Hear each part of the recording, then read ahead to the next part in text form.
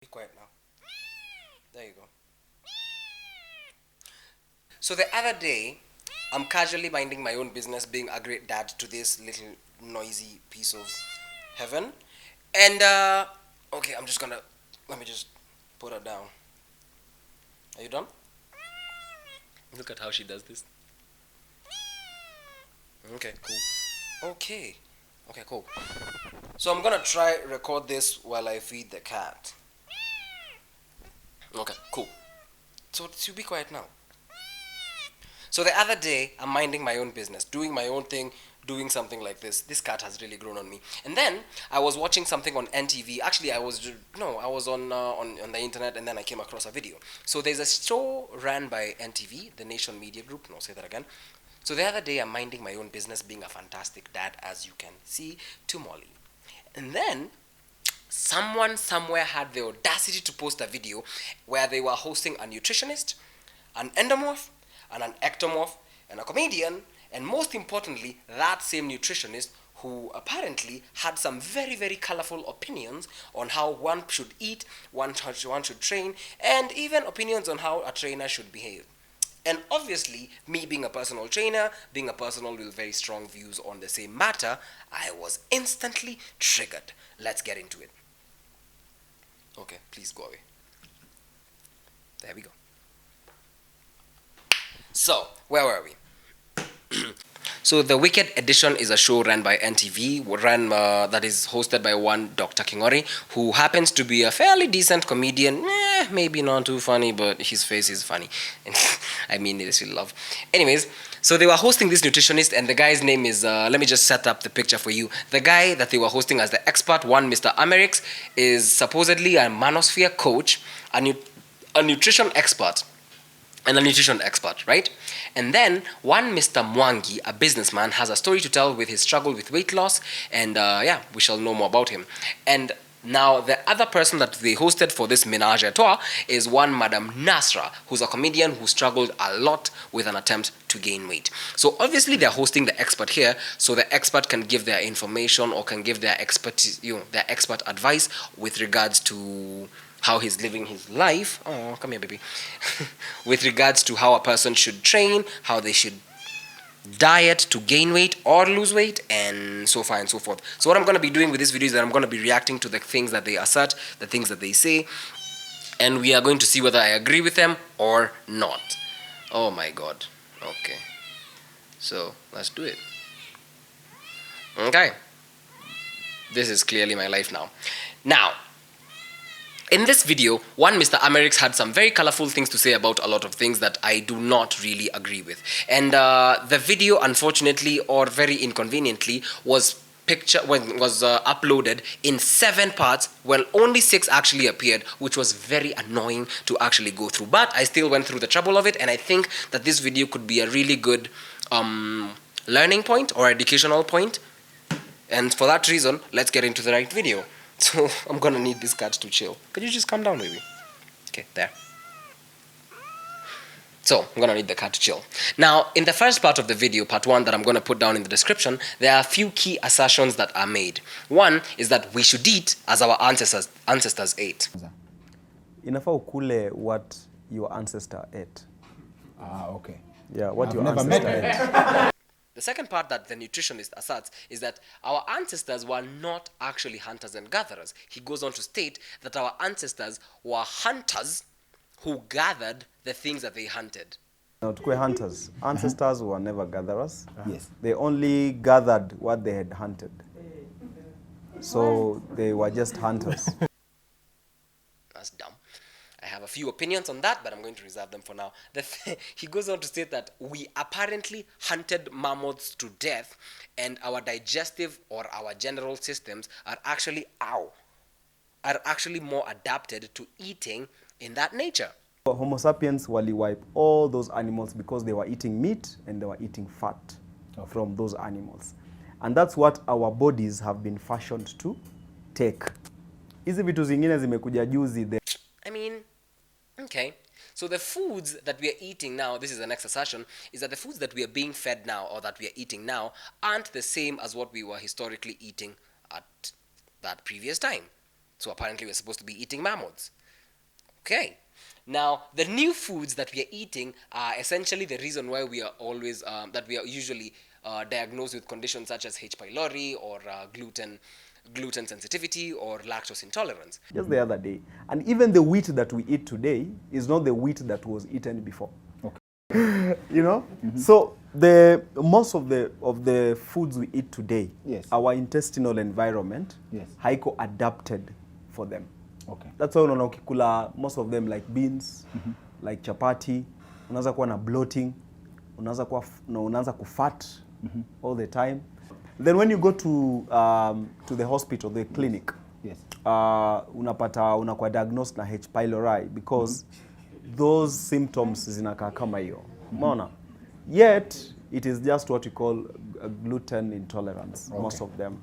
Now, I obviously have a few views on this. One, the first part is, of course our ancestors were hunters and gatherers. The term hunter and gatherer, and I don't know why I'm supposed to be explaining this to a grown man, the term hunter and gatherer simply means this, that you went and hunted while simultaneously you also went and gathered herbs and plants, and I don't know what they were eating, maybe marijuana things or something like that, but they were going and gathering those and keeping them. Obviously, we are omnivores. We're not supposed to be eating only one thing. The very term definition of omnivore means that we are capable of eating everything. And even if you didn't know the term omnivore, look at your goddamn teeth. Your teeth are not like hers, actually. So you're not a carnivore. Your teeth are meant to be able to eat everything. So I don't understand why he would come up with this. And for a nutritionist to be saying stuff like this, I mean, it's quite suspect. Now, one more thing that I'd like to rebuttal is this. The reason obviously that we are being the reasons that we are being diagnosed with more conditions right now obviously is because that we have, it's a fairly thing, I don't understand why I have to say it. The reason why we are being diagnosed with more and more conditions is because, one, the medical practice has improved, has evolved over time. Do you understand that once upon a time when you had a headache, they used to open your head to relieve the pressure? Yani si panadol, una kichwa. But this guy wants to suggest that the reason that we are getting all this H. pylori is because foods have evolved to be something else. And I will agree with him to some degree in this respect. Obviously, the foods we are changing, the foods that we are taking have been altered. Why? Obviously, we wanted faster food, we wanted a more efficient source of food, we wanted a more reliable way to get food that did not involve running after cattle and stuff. Do you imagine me going to chase after a goat so that I can and then burning it? No, I can go to the supermarket and get that. It's convenient. It's my form of hunting. I can make a video like this, get hired somewhere, and it's still hunting. So with all due respect, I kind of beg to differ with him on this part. I feel like for our next part, he should have done more of due diligence, or at least stated the things that he meant better. And by the way, fun fact, when I started this video, I said this: Amerix is a manosphere coach. So now it just hit me. What the heck is a manosphere coach? Now, according to Google, let's Google it. Okay. What the shit? The manosphere is a collection of websites, blogs, and online forums promoting some forms of masculinity, hostility towards women, strong opposition to feminism, and exaggerated misogyny. The manosphere has been associated politically with the far right and all right, and alternative right. Who does? Okay, that's his gig. I'm not gonna comment on that. Now, moving on swiftly, let's meet the second part. Let's meet the larger part of our trio. There's one, Mr. Martin, the businessman. So the backstory for Martin is simply this. Martin was 27 when he was diagnosed with hypertension. About 5 years ago, when I was 27 years, I was diagnosed with hypertension. Okay. And now hypertension is a disease that is caused by mwili yako, mishipa inakuwa thick. And this is a condition where the force of blood against the artery walls is high. Basically, you had high blood pressure. Ni maneno tu mingi, by the way, Google inakupatia. Now, as a side note, high blood pressure often has no symptoms, and over time, if untreated, could cause other conditions. Molly, come here. Yes. If untreated, it could cause other health conditions such as heart disease and strokes.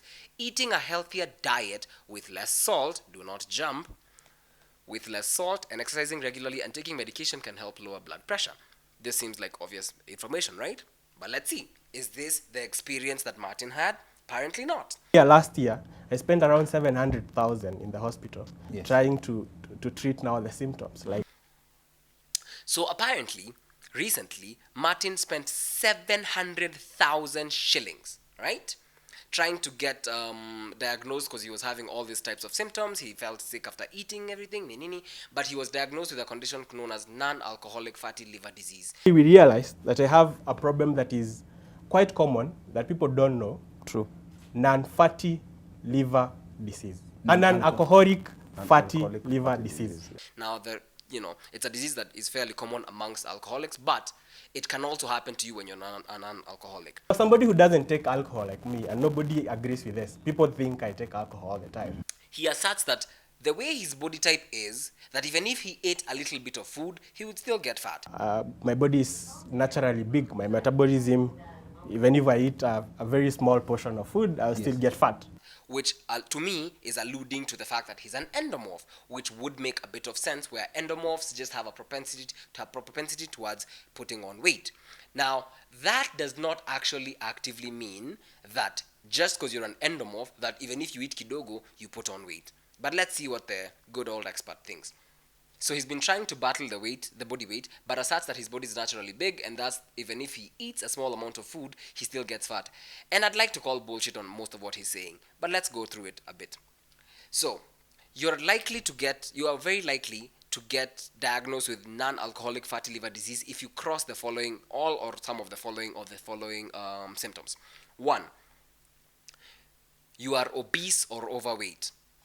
1. Look at the guy. Obviously he's obese. Obviously he's overweight. That's the first thing that that we can tell that he's been trying to battle. And obviously when I say he's obese and overweight, I don't mean that to insult him. I just mean that it's a medical term. It's just we're analyzing things. Now, the second part is that if you have type 2 diabetes, you are at high risk of developing non-alcoholic fatty liver disease. So we've not been told, or he's not divulged to us, that he may have diabetes. 3. He has high blood pressure. Obviously, he's just come from telling us that he was diagnosed with the same. 4, I think this is the fourth one. If you have high cholesterol, the guy just stated that the reason he was told that he has high blood pressure is because he had plaque buildup in his arteries. So, there we go. That's another third one. Another one is, another thing that would predispose you to developing or being diagnosed with non-alcoholic fatty liver disease is if you have metabolic syndrome, which is a combination of diabetes, high blood pressure, and obesity.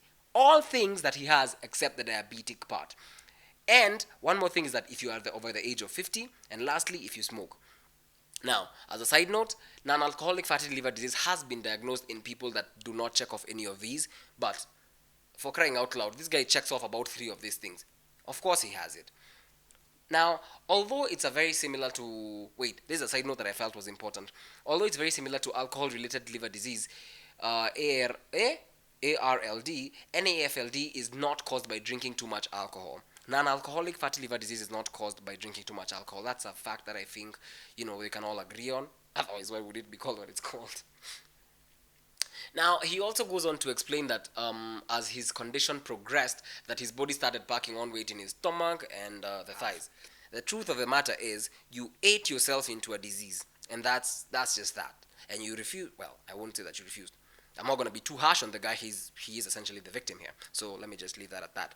Now, I would like to clarify this. Your body does not store fat where you want it to store fat. Your body stores fat where you're genetically predisposed to storing fat. Ideally, what I'm saying is this. Even if you drank a jug of fat, it is not going to go to directly one part or the other or yada yada.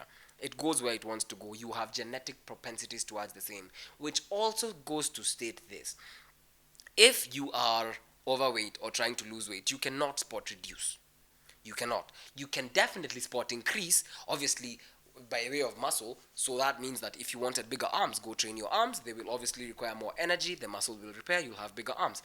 And even that being said, muscle also puts on everywhere on your face. You put on muscle on your whole body at the same time. So that's just something I needed to be clarified. Now, moving quickly. Now, the third and last part of our trifecta is one Nasra.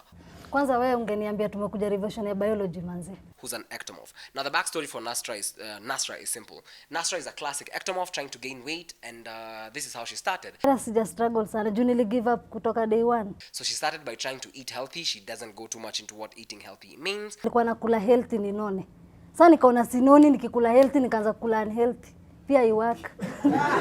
Then when she found out that she wasn't gaining weight, she started eating unhealthy, where she even explained something about how she ate eggs and beans. Kafika mahali sasa nikaanza kuchanganya maragwe, mayai, una mix kila kitu. Kila kitu. As in, she mixed them up, which I don't know if you have the taste for that, but that's not my cup of tea. Or cup of beans. Hiyo food yote huenda wapi America?